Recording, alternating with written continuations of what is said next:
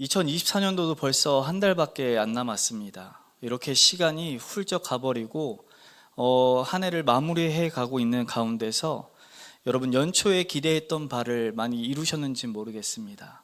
이런 일을 꼭 해내야지, 이런 일을 함으로써 이런 2024년도를 만들 거야 라는 기대를 아마 가졌을 것 같습니다. 그것처럼 우리 사람 마음속에 가장 많이 품어지는 마음이 무엇일까요?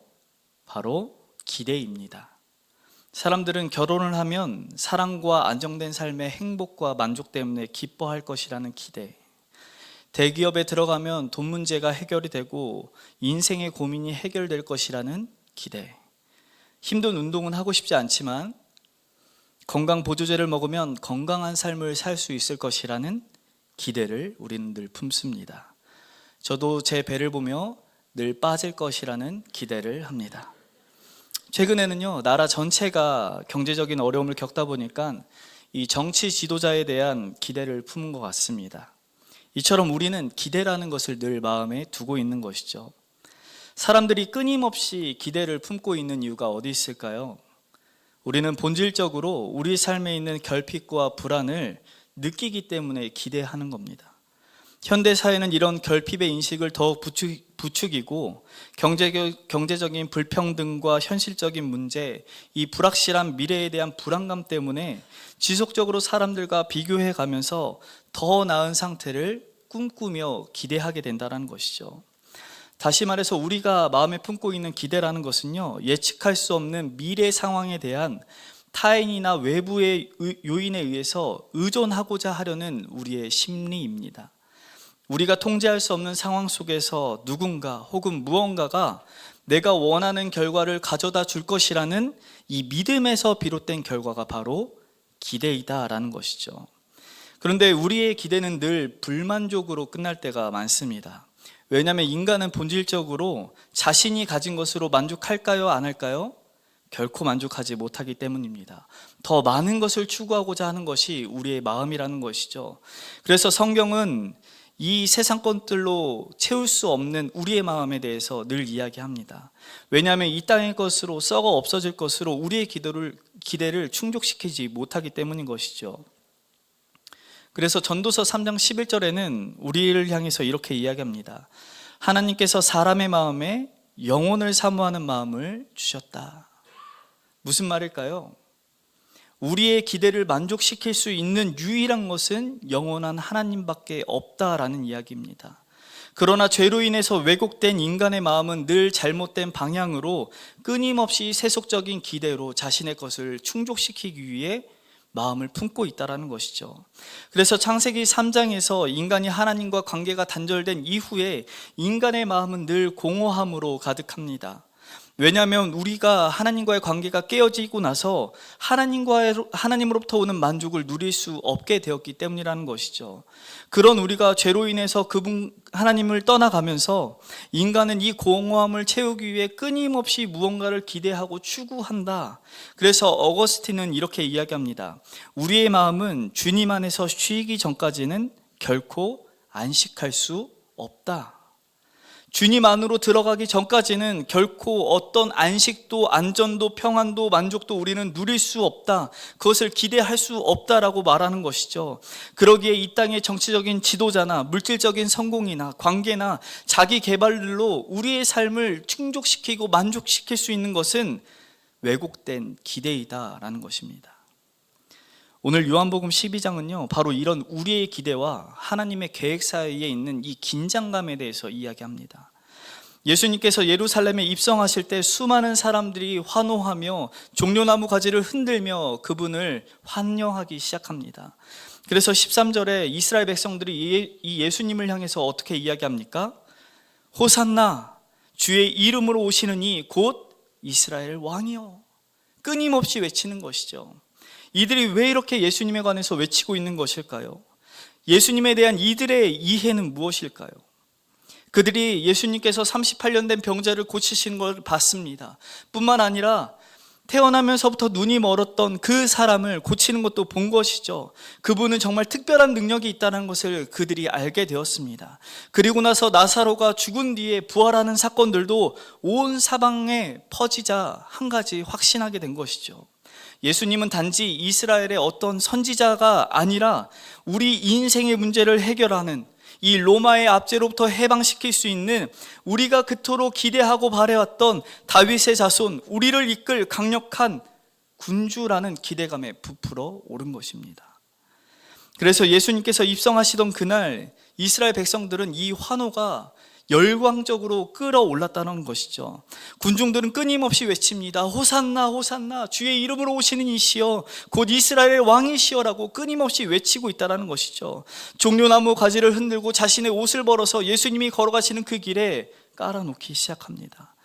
단순히 환영 인사가 아닙니다. 자신들을 구원해 줄 메시아가 이 땅에 왔다, 그 왕을 받아들이는 상징적인 행동이다라는 것이죠.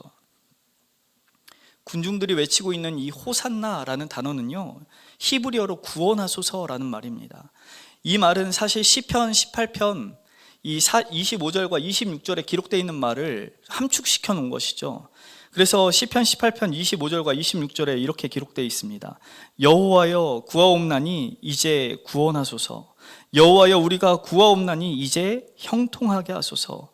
여호와의 이름으로 오는 자가 복이 있으며 우리가 여호와의 집에서 너희를 축복하였도다. 우리를 구원하소서. 이 시편이 쓰일 당시만 해도요, 이스라엘 사람들은 하나님이 보내시는 그 한 사람 메시아가 오셔서 모든 죄악으로부터 이스라엘을 건지시고 구원하시는 기대에 부푼 기도를 이 시편에 담아놨습니다. 그런데 예수님 당시의 유대인들은 이 표현을 구원의 강구를 넘어서서 이제는 정치적인 메시아, 그 우리를 해방시켜줄 외침으로 변질되어 있다는 것이죠. 오늘 이 군중의 기대는 종려나무 가지를 흔드는 것에서도 잘 나타납니다. 종려나무 가지는 유대인들의 역사, 이 독립과 승리를 기록한, 상징했던 이 마카비서에 잘 기록되어 있습니다. 이 마카비 혁명 당시에 유대인들이 이 헬라 제국으로부터 벗어나서 독립을 쟁취했을 때 종려나무 가지를 흔들고 승리를 축하하던 그때에 흔들었던 상징적인 아이콘이었다는 것이죠. 종려나무 가지는 민족적인 독립과 해방의 아이콘이 되어 있었습니다. 그런 상징적인 아이콘을 가진 이 종려나무 가지를 흔들면서 외쳤다는 것은 예수님을 맞이할 때 분명히 이분은 우리를 로마로부터 이제 이 압제로부터 구원시켜줄, 강력한 국가로 우리를 이끌어줄 다윗의 자손이요 메시아라고 믿고 기대했다는 것이죠. 다시 말해서 이들이 예수님을 향해 환호하고 있는 이유는 자신들의 욕망의 근거에서 예수님을 믿고 있기 때문에 예수님을 기대하고 환호했다라는 것입니다. 예수님께서 자신들의 세속적인 문제를 해결해 줄 왕으로 오셨다라고 믿었지만 오히려 이 기대는 철저히 잘못된 것이었습니다. 이런 사람들의 기대를 예수님은 알고 있었을까요? 알고 그러신 것 같습니다. 군중들의 열광적인 환호와 세속적인 기대에 예수님은 전혀 다른 모습으로 등장하기 시작합니다. 당시 왕들이나 장군들은 언제나 말을 타고 입성을 했습니다. 그런데 오늘 예수님은 무엇을 타고 입성하십니까? 나귀를 타고 입성합니다. 예수님의 모습은 예수님을 향해 열광하고 있는 군중들의 기대를 꺾어놓는, 오히려 기대를 넘어서는 다른 강렬한 메시지를 담고 있다는 것이죠. 말은 당시의 전쟁과 권력의 상징이었습니다. 전쟁에서 승리한 왕은 말을 타고 개선 행진을 하며 자신이 이 땅의 정복자라는 것을 드러냈던 것이죠. 반면 나귀는 어떤 상징을 가지고 있겠습니까? 평화와 겸손의 상징인 것이죠. 예수님께서 나귀를 선택하셨다라는 것은 그분의 사명이 세속적인 군사적인 군림하는 왕이 아니라 능력이 있지만 그 능력으로 군림하지 아니하시고 겸손으로 하나님의 평화를 이루시는 이 의도적인 행동에 있다라고 지금 나귀를 타고 오셨다라는 겁니다. 더 나아가서 예수님은요, 이 구약에 있는 하나님의 말씀을 성취하기 위해서도 나귀를 타고 오셨습니다. 그래서 스가랴 9장 9절에 이렇게 기록합니다. 시온에 따라 크게 기뻐할지어다. 예루살렘에 따라 즐거이 부를지어다. 보라, 내 왕이 내게 임하시나니 그는 공의로우시며 구원을 베푸시며 겸손하여서 나귀 곧 나귀 새끼를 타시느니라. 이 스가랴의 말씀은요, 하나님께서 보내시는 메시아는 전쟁을 통해 군림하는 왕이 아닙니다. 오히려 그는 겸손하여 평화의 왕으로 온다라는 것을 지금 선포하고 있다는 것이죠. 나귀를 타고 입성하는 예수님은 단순히 군중의 기대를 거절하는 것이 아니었습니다. 하나님의 방식은 세상의 방식과는 다르다라는 것을, 얼마나 다른지를 이야기하고 싶으신 것이죠. 다시 말해 군중이 원했던 이 로마의 압제로부터 물리치는 정치적인 메시아가 아니라 죄와 죽음의 권세에서 우리를 구원하여 모든 것으로부터 해방시키는 영원한 왕으로 예수님이 오셨다는 것을 나귀를 타는 것으로 보여주고 있다는 것이죠. 그런데 이 군중의 모습이요, 오늘 우리의 신앙과 별반 다르지 않은 것 같습니다. 우리도 예수님을 향해 열광합니다. 왜 그럴까요? 우리의 세속적인 문제를 해결하기 위해서인 것이죠. 그래서 우리는 종종 예수님을 향해 기대하며 기도합니다. 예수님, 사업 좀 성공하게 해주십시오. 예수님, 제 병 좀 고쳐주십시오. 예수님, 이런 문제가 있는데 좀 해결해 주십시오. 기도드립니다. 물론 예수님은 우리의 모든 것을 아시고 선한 목자 되셔서 우리를 쉴만한 물가로 인도하실 뿐만 아니라 가장 좋은 것으로 채우시는 분이십니다. 그러나 하나님을 향한 우리의 기대가 이런 세속적인 필요에만 머물러 있다면 무슨 일이 발생할까요? 그분의 참된 사명과 하나님 아버지의 구원 계획에 대해선 하나도 이해를 하지 못하는 것이죠. 군중의 기대와는 다른 반응을 예수님이 보이자 오늘 군중들은 어떤 반응을 이후에 일으켰습니까? 얼마 지나지 않아서요, 이들은 호산나라고 외쳤던 그 외침이 십자가에 예수를 못 박아 주십시오라고 바뀌었다라는 것이죠. 예수님이 정치적인 메시아로 군림하지 않고 오히려 고난과 수치를 선택하셨기 때문에, 군중의 기대를 저버렸기 때문에 이들은 말을 바꾸기 시작했다라는 겁니다. 우리도 이들과 같은 때가 있다라는 것이죠. 우리 역시도 우리가 생각하고 기대한 것과는 전혀 다른 모습으로 하나님의 일하심이 나타날 때, 우리는 그런 하나님의 뜻과 계획을 마주했을 때 실망하거나 오히려 유대인들과 같은 마음으로 예수님을 부인하고 교회를 떠나가고 하나님을 떠나가는 전혀 다른 길을 걷는 모습이 있는지 우리도 돌아봐야 된다는 것입니다. 우리는 지금 내가 처한 문제로 인해 해결책으로 예수님을 기대하고 있지만, 예수님의 궁극적인 목적은 어디 있느냐? 예수님은 언제나 우리를 죄와 죽음의 권세에서 해방하시고 영원한 생명을 주시는 것에, 그 왕으로 오신 것에 목적이 있다라는 것이죠. 예수님은 사람으로 오시고 고난으로 시작하여 십자가의 죽으심을 통해 하나님의 사랑을 드러내셨을 뿐만 아니라 우리의 죄를 대속하셨습니다. 겸손으로 오신 그 왕이 누구의 왕이십니까? 우리의 왕이신 것이죠. 사랑하는 제가족 여러분, 여러분은 예수님을 어떤 왕으로 보고 계십니까? 우리의 필요를 채우기 위한 왕으로 보고 계십니까? 아니면 하나님의 뜻과 계획을 이루시는 겸손한 왕으로 그분을 바라보고 계십니까? 오늘 겸손과 평화의 왕이신 예수님이 나의 왕이란 사실을 성령이 주시는 믿음을 통해 반드시 붙드시길 소망합니다. 오늘 사도 요한은 예수님께서 나귀를 타고 오실 때 입성하는 이 사건을 단순히 군중들의 오해에서만 멈춰 있다라고 얘기하지 않습니다. 오늘 12장 16절에 누구도 오해했는지에 대해서 소개합니다. 우리 16절 같이 읽어볼까요? 시작.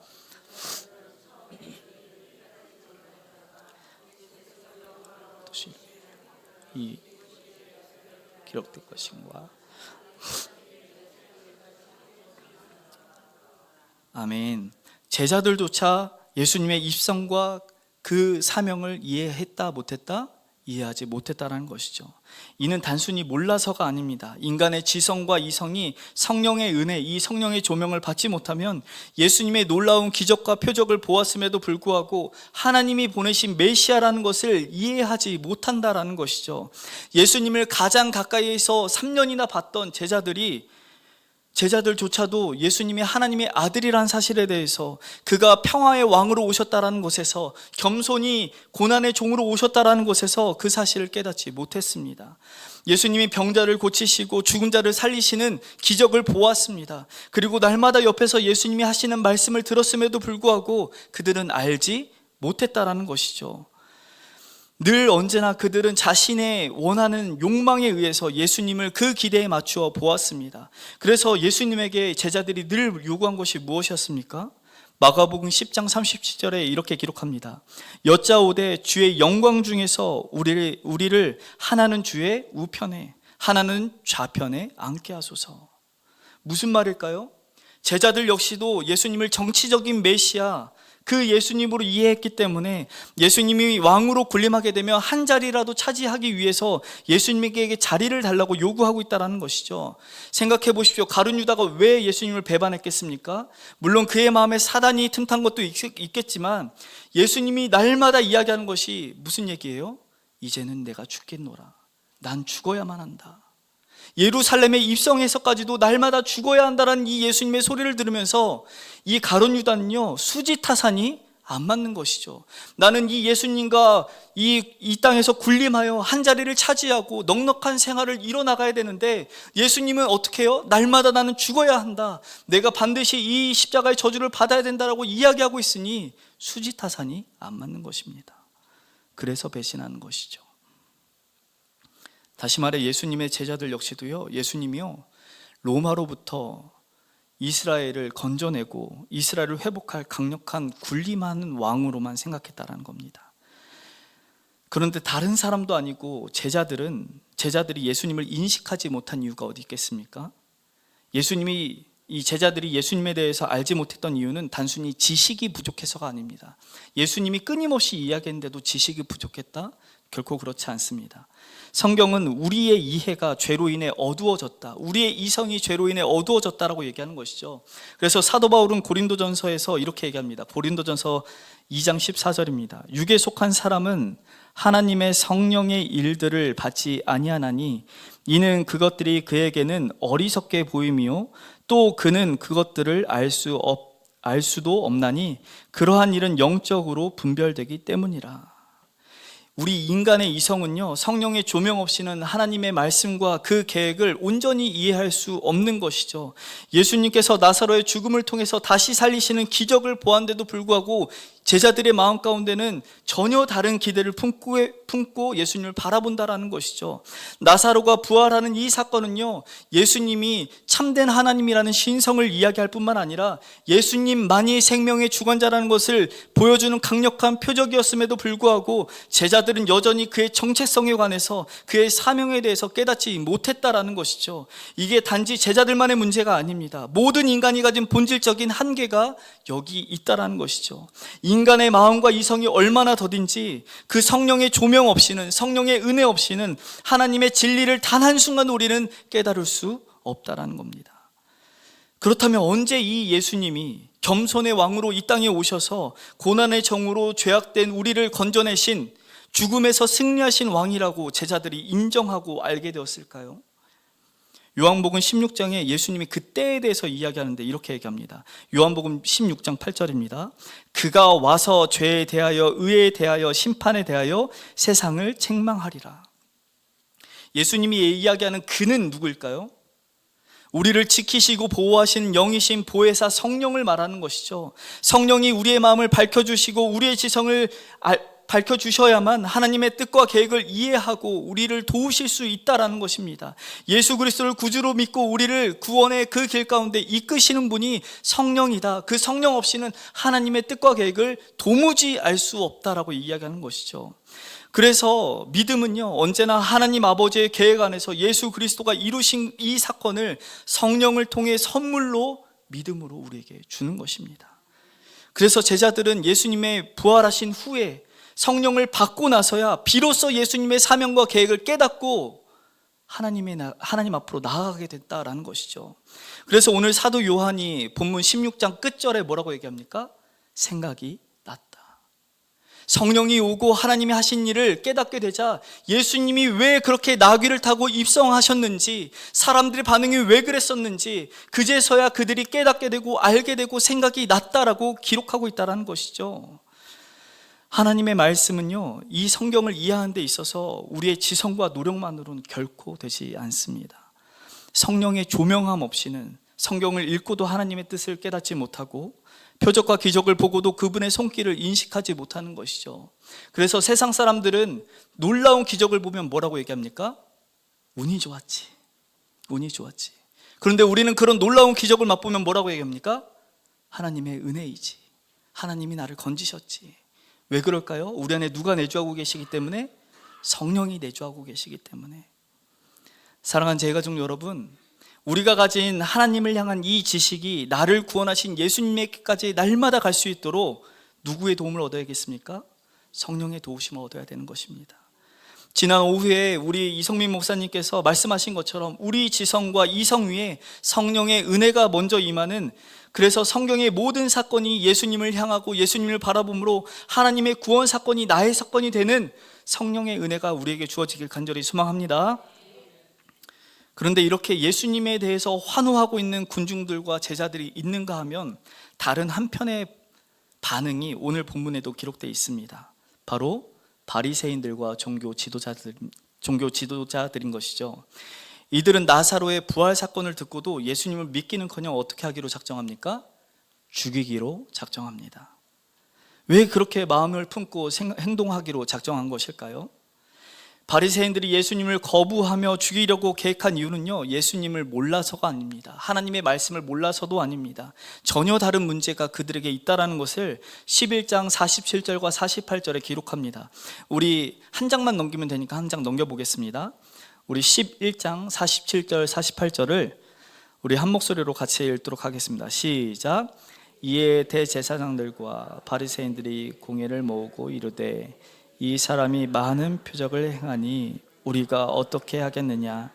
만일 그를 이대로 두면 모든 사람이 그를 믿을 것이요, 그리고 로마인들이 와서 우리 땅과 민족을 빼앗아 가리라 하니.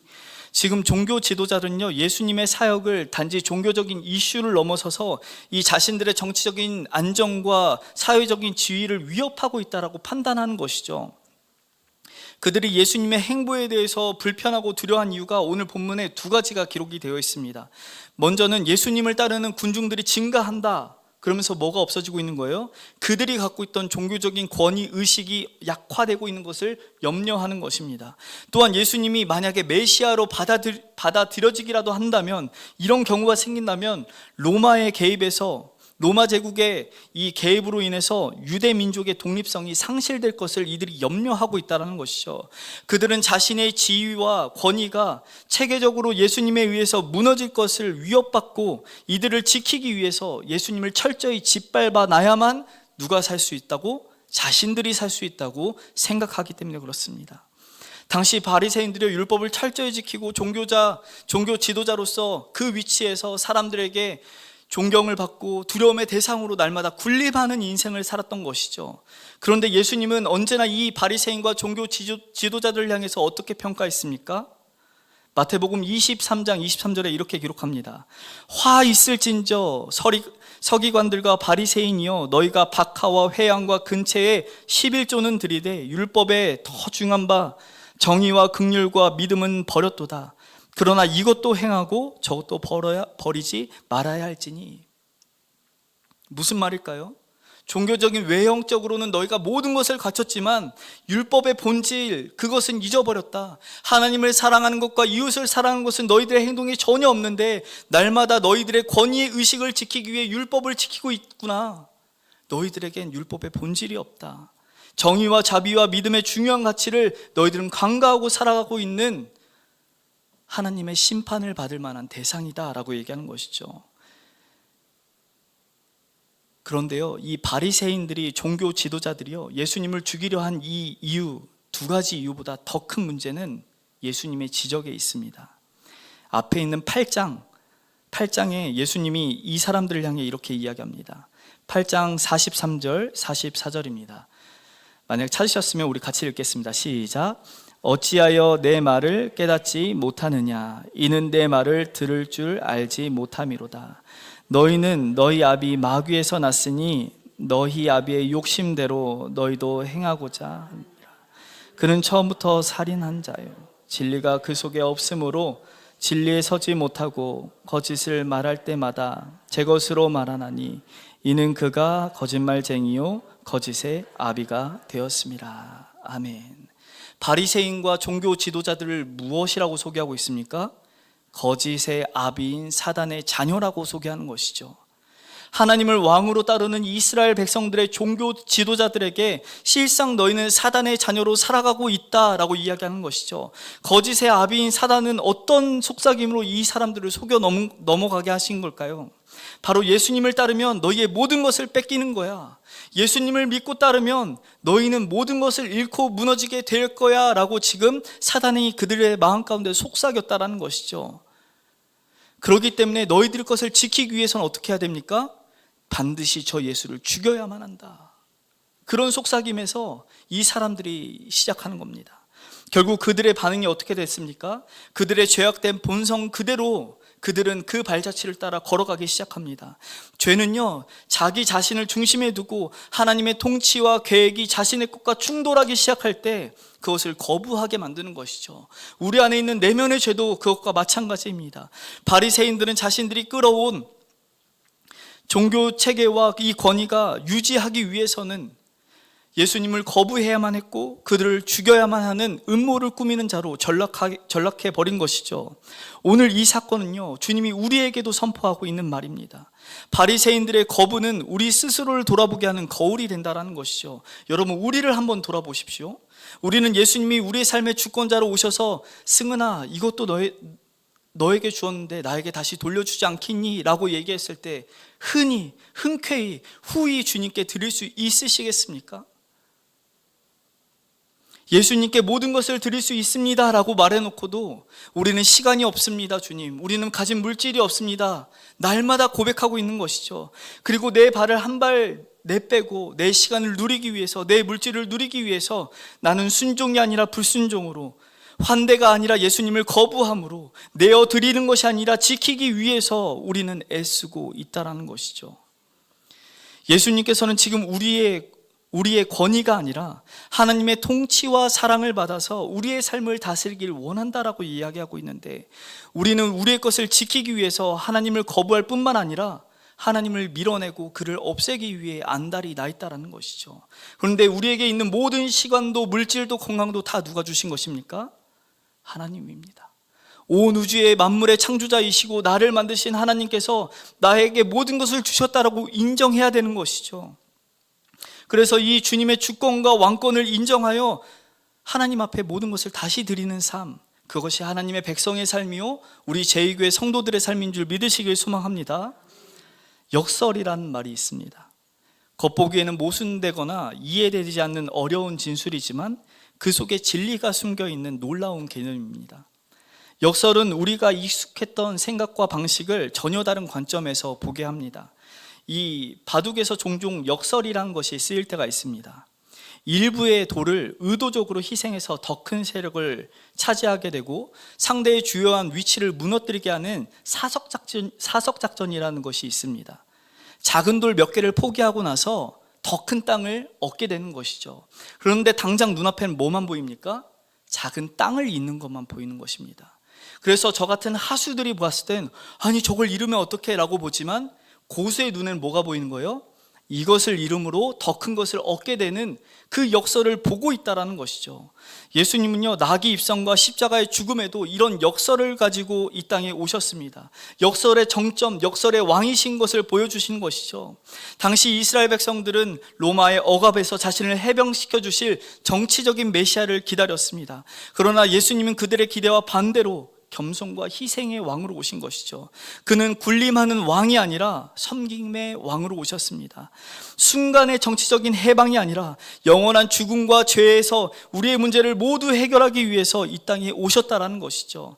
그의 나귀의 입성은 단순한 겸손의 상징이 아니라 모든 죄를 짊어지고 가는 십자가라고 하는 이 여정의 시작점이라는 것이죠. 그래서 사도 바울은 빌립보서 2장에 이렇게 이야기합니다. 그는 근본 하나님의 본체이시나 하나님과 동등됨을 취할 것으로 여기지 아니하시고 오히려 자기를 비워 종의 형체를 가지사 사람들과 같이 되셨고 사람의 모양으로 나타나사 자기를 낮추시고 죽기까지 복종하셨으니 곧 십자가에서 죽으심이라. 예수님이요, 사람처럼 오신 게 아닙니다. 사람으로 오셨습니다. 하늘의 영광을 버리고 사람의 모습으로 낮아지셔서 죽기까지 순종한 분이 누구이십니까? 우리 구주 예수 그리스도라는 것이죠. 이러한 예수님을 제대로 알기 위해서는요, 그냥 표면적인 성경을 읽는 것에서 그치지 않습니다. 날마다 우리에게 성령이 필요한 것이죠. 우리가 이해할 수 없는 예수님의 역설적인 모습을 언제나 성령의 조명 아래서 깨닫게 될 수 있다는 것이죠. 성령께서 우리의 눈을 열어주셔야만 우리는 나귀를 타고 오는 겸손한 왕이신, 우리의 기대를 초월하시는 영원하신 구원의 왕을 그때 이해할 수 있습니다. 그런데요, 이 역설의 왕이신 예수님은 우리가 쉽게 흠모할 만한 모습이 단 한 가지도 없습니다. 그러나 예수님께서 보여주신 겸손과 희생은요, 세상이 추구하는 가치보다 더 위대하고요, 더 아름답고요, 더 영원한 가치를 지니고 있다는 것이죠. 그 길은요, 단순히 초라해 보일 수 있지만 참된 승리와 영광을 걸어갈 수 있는 유일한 길이라는 것을, 그래서 그분을 따라갈 때야만 우리가 가장 빛나고 가장 멋지다라는 것을 믿으시길 소망합니다. 그러기에 세상의 성공과 힘, 이것을 추구하고자 할 때 우리는요, 그리스도의 겸손을 본받아야 합니다. 낮아지는 섬김의 삶으로 우리가 걸어가야 되는 것이죠. 우리 삶의 중심에 겉으로 화려하고 흠모할 만한 것은 세상의 가치를 따라가는 것이 아니라 진정한 영광으로 보여주신 예수 그리스도의 겸손과 희생에 우리의 마음에 초점을 고정시켜 놓기를 간절히 소망합니다. 그러기 위해서 우리가 지금 해볼 수 있는 일이 무엇이 있을까요? 가정에서, 직장에서, 교회에서 우리는 힘과 권위를 추구하기보다 섬김과 사랑을 시작해 보십시오. 가정에서 내 필요를 먼저 찾는 것이 아니라 내 배우자와 자녀들의 필요를 찾아보십시오. 아마 늘상 그렇게 사셨을 거라 생각이 됩니다. 그래서 늘 우린 이런 이야기를 하죠. 아유, 우리 주님은 언제 오시나. 하지만 한 번 더 해보십시오. 직장에서요, 경쟁과 이익을 쫓는 것이 당연하겠지만 이것을 내려놓고 정직과 배려로 내 동료와 상사를 대우해 보십시오. 그리고 교회에서 나의 명예나 자리를 구하기보다 하나님 앞에서 겸손히 우리를 섬기신 예수님을 닮아서 묵묵히 봉사하여 하나님께 영광 돌리길 간절히 소망합니다. 예수님의 길은 쉽지 않습니다. 그러나 그 길은 세상이 줄 수 없는 참된 만족과 기쁨으로 우리를 인도할 줄 믿습니다. 나귀를 타고 오신 왕은 우리에게도 이 길을 따르라고 지금 이야기합니다. 우리의 모든 삶의 영역에서 예수님처럼 겸손히 섬기는 자로 살아가길 간절히 소망합니다. 사랑하는 제 가족 여러분, 이 나귀를 타고 오신 예수님은 우리의 기대를 넘어서는 왕이십니다. 그분은 권력과 성공을 우리에게 약속하지 않습니다. 대신 우리에게 영원한 생명과 하나님 아버지의 사랑을 날마다 주실 뿐만 아니라 지금도 경험할 수 있다라고 약속을 주시는 것이죠. 오늘도 그분의 겸손을 받아들이시고 세상이 아닌 하나님 나라를 위해서 살아가는 우리 모두가 되길 간절히 소망합니다. 그래서 우리 다 같이 우리 빌립보서 2장 5절의 말씀을 읽어볼 건데요, 선포하려고 합니다. 제가 선창하면 여러분이 후창해 주시면 됩니다. 너희 안에 이 마음을 품으라. 곧 그리스도 예수의 마음이니라.